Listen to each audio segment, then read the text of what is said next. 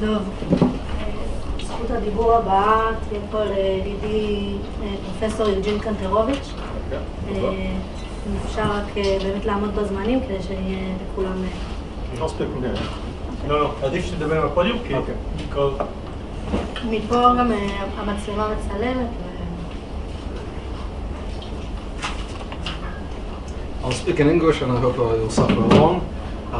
Some of it is about developments in America. I want to say it's amazing that we're here, and I'll start with just a little story, even though my time is short. There's a very famous spy writer called Eric Ambler. He's almost as famous as Ian Fleming, but less famous today. He wrote very famous novels in the 1930s, Coffin for Demetrius, about spying before World War II. He wrote a novel less famous in 1970 called The Levanter, about a British businessman whose family had companies for many centuries in Syria and did business with the Middle East, and how they were affected by the Ba'ath Party and changes in Middle East politics. And then his factory is taken over by a terrorist who's the main bad guy. That terrorist, in a matter-of-fact line, is mentioned in this book written in 1970 as being a teacher or a nurse, a teacher or a nurse at an UNRWA school as his day job.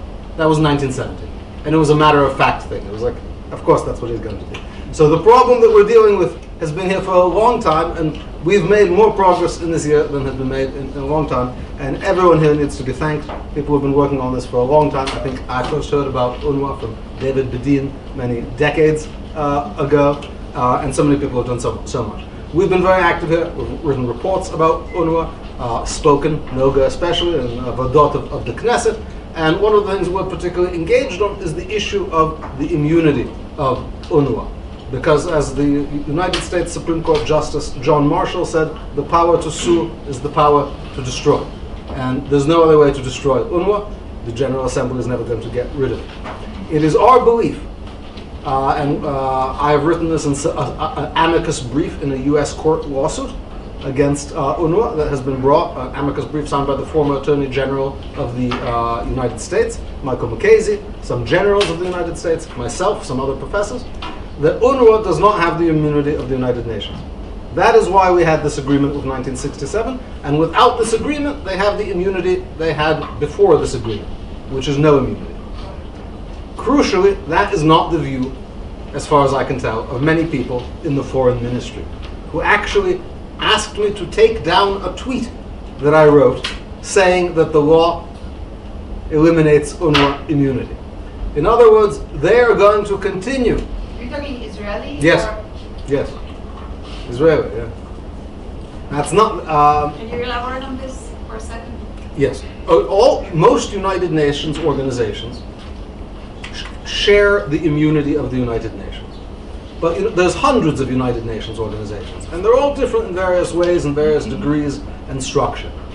When the UNRWA was created by the United Nations in 1950, the United Nations General Assembly said, we ask countries to give them the same immunity, which means they would not automatically have the same immunity. And Egypt and Lebanon and later Syria all signed Heskemim, agreeing to give them varying degrees of immunity, suggesting they do not have immunity under the... We signed this agreement in 1967. Now the foreign ministry would say, but we've always acted as if they have immunity. No, of course, because since 1967 we have this agreement. It's also a lie, because we haven't acted as if they have UN immunity, and there's UN briefs up the wazoo complaining about the fact that we only extend that immunity to people who are actually interested here.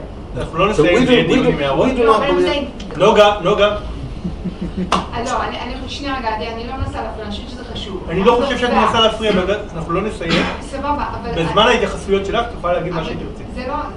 הדבר הזה חשוב למה שיוג'ין אומר, וזה ייקח בדיוק שנייה. On the fact, we have never acted as if they have UN immunity. We separate between UNRWA that actually has visas to come here and everybody else, which means that on the ground, Israel has never extended UN immunity to UNRWA. Foreign Office is lying. Okay, so what we need to be aware of is that one of the most powerful things that we have to get rid of their immunity, which lets us do many things to them. It's very hard. You can't kick people out of a building even without immunity, if they have immunity. The foreign ministry is going to give us a hard time. It's important that the new foreign minister be aware of this and that there be pressure, public pressure, that you cannot continue this at all. This is particularly important because of developments in America. Being sued in Israel is not the worst thing that can happen to UNRWA. Being sued in America is the worst thing that can happen to anyone. I wrote a law called the Liable Act, which was introduced by Senator Cruz about 4 months ago. It has no chance of passing in this Congress, but the idea was to create a starting point for the next administration. This law says that any international agency, not just UNRWA, WHO, World Health Organization, International Committee on the Red Cross, anyone who supports terror can be sued in US court. And as I'm sure ניתן could tell you, the punitive damages for kidnapping dozens of American hostages, torturing them, etc., will own the UN building. So this is very important. How hard will it be to pass this law if the foreign ministry legal advisor is saying, but we think they have immunity? The Americans are going to be like, okay, listen, we can't be more Catholic. That's a very...